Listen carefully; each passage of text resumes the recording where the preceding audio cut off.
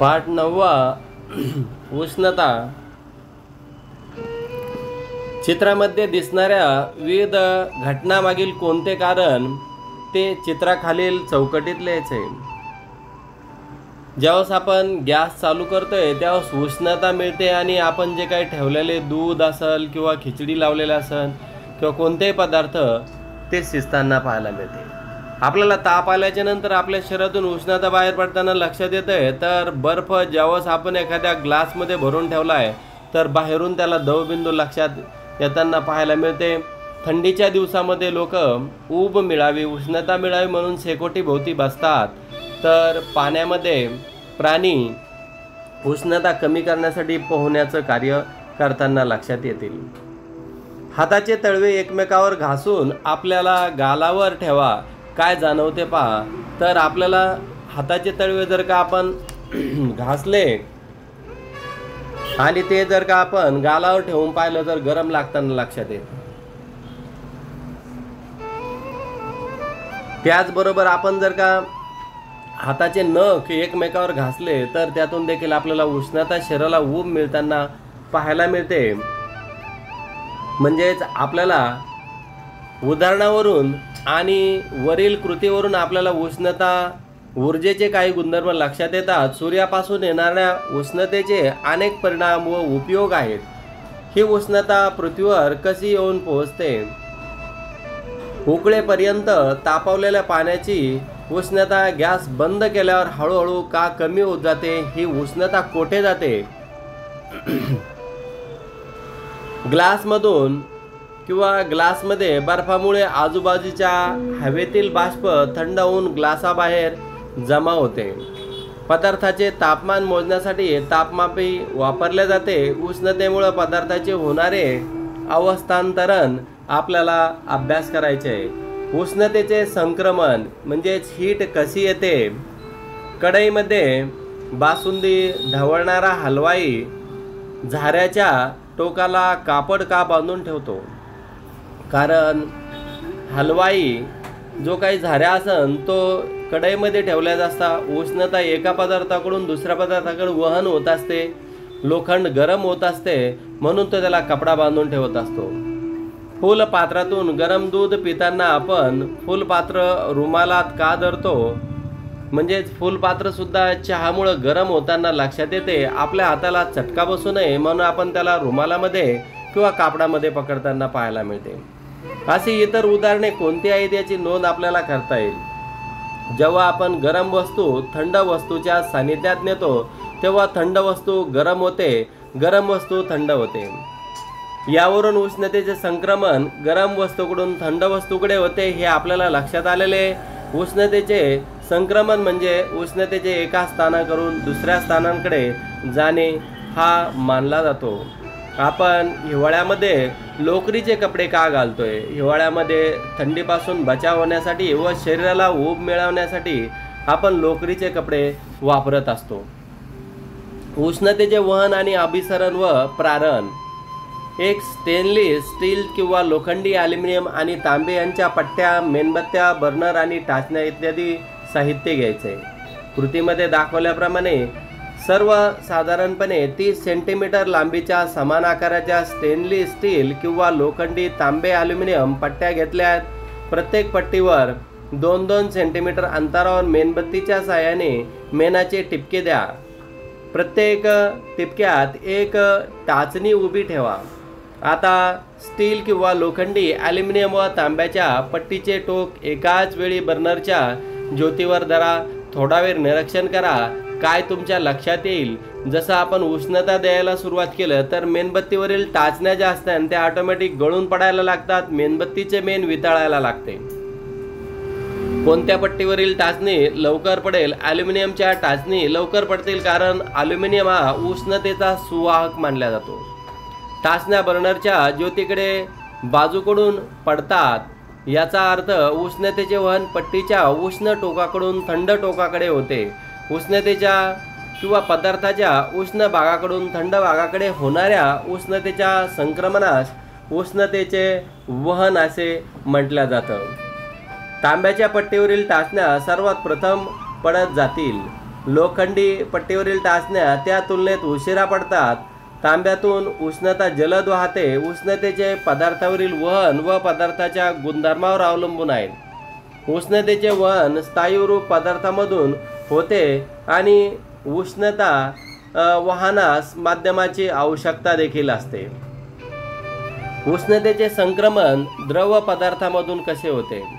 चंचुपात्र, potassium परमॅंगनेटचे खडे, burner इत्यादी साहित्य घ्यायचे. कृती करत असताना काचेच्या एका चंचुपात्रामध्ये पाणी घ्या. चंचुपात्राला गॅस बर्नरच्या साहाय्याने मंद उष्णता द्या.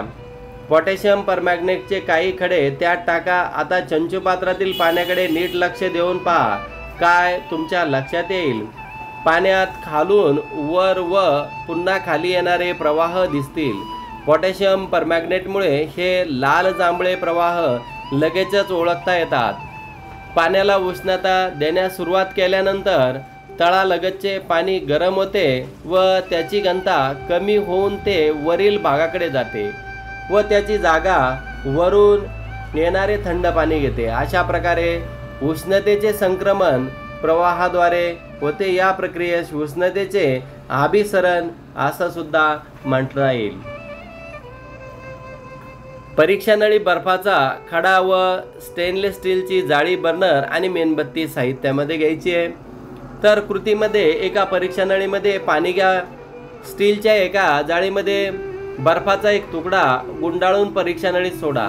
तो तळाशी जाईल. आता चिमट्याने परीक्षा नळी पकडून आकृतीत दाखवल्याप्रमाणे तिरपी धरून तिच्या वरच्या भागात बर्नरने उष्णता द्या. त्या भागातील पाणी उकळू लागले तेव्हा उष्णता देणे बंद करा. आता तळाशी असलेल्या बर्फाच्या खड्याचे निरीक्षण करा. वरच्या भागाला उष्णता दिली तरीही ती तळापर्यंत पोहोचत नाही. असे कसे घडले? उष्णतेमुळे घनता कमी झाल्याने पाणी खाली जाऊ शकत नाही. त्यामुळे अभिसरण क्रिया घडत नाहीये. एक मेणबत्ती पेटवून उभी करा. तिच्या दोन्ही बाजूने तळ हात दूर धरा. हात थोडे थोडे जवळ आणा. काय जाणवते? तुम्ही शेकोटीजवळ किंवा सकाळी कोवळ्या उन्हात उभे राहिले आहात. सूर्य आल्यापासून लाखो किलोमीटर अंतरावर आहे. सूर्य व पृथ्वी दरम्यान हवाही नाही. हवेचे थर पृथ्वीलगतच आहे. मग ही उष्णता आपल्यापर्यंत कशी आली? म्हणजे कोणते माध्यम नसतानाही उष्णता संक्रमित झाली. अशा प्रकारे माध्यम नसतानाही होणाऱ्या उष्णतेचे संक्रमण म्हणजेच प्रारण असं आपल्याला म्हणता येईल. विज्ञानाने काही किमया केलेलं आहे. आपल्याला फोटोग्राफीची किमया पाहायला मिळते, एक्सरेची किमया पाहायला मिळते, सोनोग्राफीची सुद्धा किमया पाहायला मिळते. निसर्गात अनेक वस्तूचे उदाहरणे आहेत. त्यामध्ये झाडे, डोंगर, दगडगोटे, रस्ते यापासून उष्णतेचे प्रारण होते. या प्रारणाचा वापर करून रात्रीच्या वेळी आजूबाजूचा परिसर दिसू शकेल असा कॅमेरा विकसित झाला आहे. त्यालाच अवरक्त कॅमेरा असे सुद्धा म्हणतात. अशा कॅमेऱ्याचा वापर करून रात्रीच्या वेळेस शत्रूच्या हालचालीवर आपणास लक्ष ठेवता येते. उष्णतेचे प्रारण होत असताना ही प्रारणे जेव्हा एखाद्या वस्तूवर पडतात तेव्हा उष्णतेचे काही भाग हा वस्तूकडून शोषून घेतला जातो तर काही भाग परावर्तित केला जातो. एखाद्या पदार्थांचे उष्णतेचे प्रारणे शोषून घेण्याची क्षमता त्यांच्या रंगावर व अंगभूत गुणधर्मावरून लक्षात येते.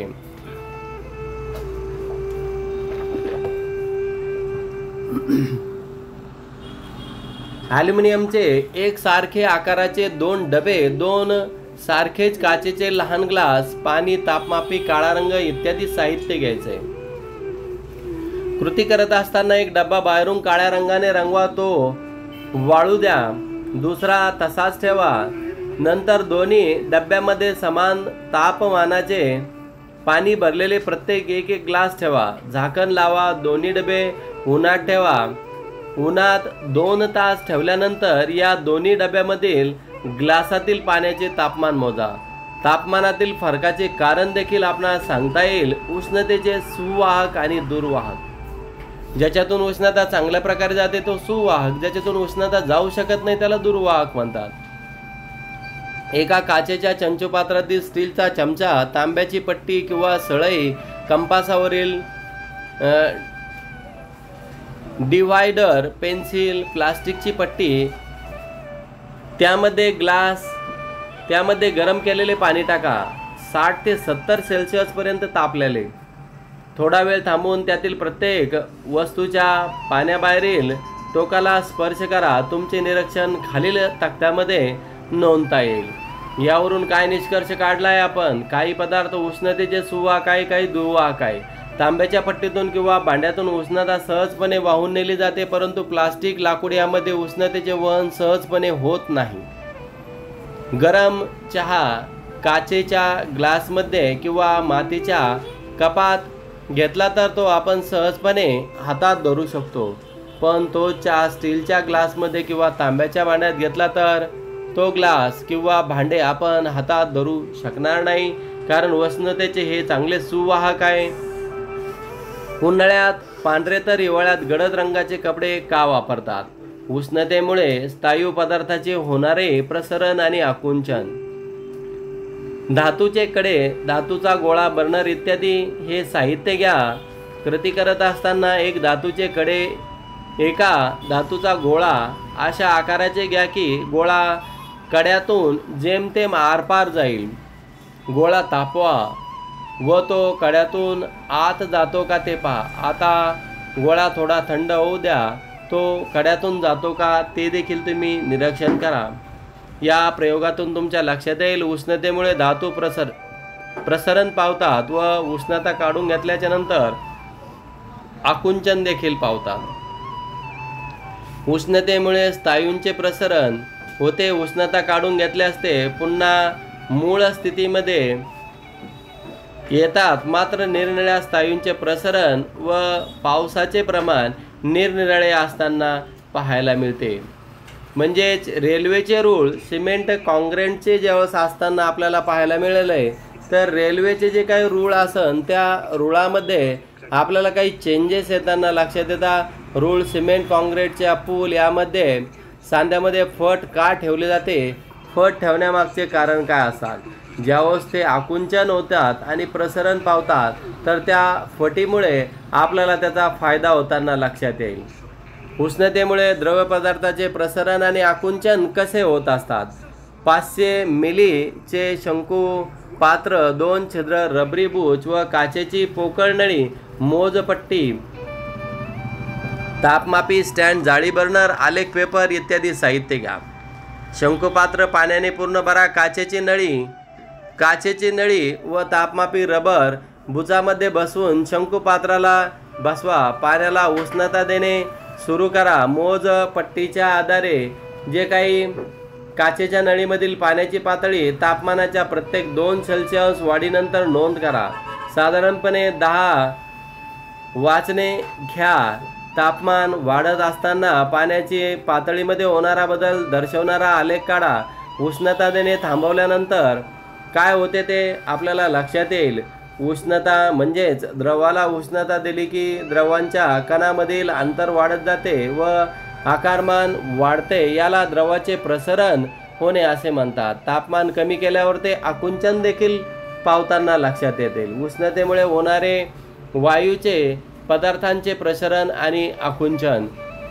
काचेची बाटली घ्या, फुगा घ्या, गरम पाणी घ्या. कृती: एका काचेच्या बाटलीवर फुगा लावा. ही बाटली गरम पाण्यामध्ये धरा. काय होते? उष्णता दिल्यामुळे वायूचे आकारमान वाढते. याला वायूचे प्रसरण असे म्हटले जातात.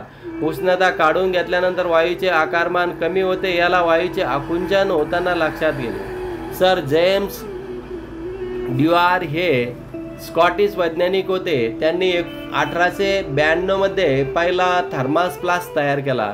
म्हणून त्यांना ड्युआर फ्लास्क असं सुद्धा म्हटलं जातं. पदार्थ थंड अथवा गरम राहण्याची ड्युआर फ्लास्क आजही वापरात असताना पाहायला मिळते. थर्मास फ्लास्क म्हणजेच ड्युआर फ्लास्क. चहा, कॉफी, दूध यासारखे पदार्थ दीर्घकाळ गरम राहण्यासाठी किंवा सरबतासारखे पदार्थ थंड राहण्यासाठी वापरला जाणारा थर्मास तुम्ही पाहिला असेल, त्याची रचना व कार्य कसे असते. हे दुहेरी भिंत असलेले फ्लास्क असतो. यात एक फरक, एकात एक बसवलेल्या काचेच्या सीलबंद केलेल्या नळ्या असतात. दोन्ही नळ्यांचे पृष्ठभाग चांदीचा मुलामा देऊन चकचकीत केलेले असतात. दोन्ही नळ्या दरम्यान हवा काढून घेऊन निर्वांत पोकळी केलेली असते. नळ्याच्या बाहेर संरक्षण बरणी धातू किंवा प्लास्टिकची असते. ही बरणी आतील फ्लास्क यांच्यामध्ये स्पंज किंवा रबराचे तुकडे फ्लास्कच्या संरक्षणासाठी लावलेले असतात.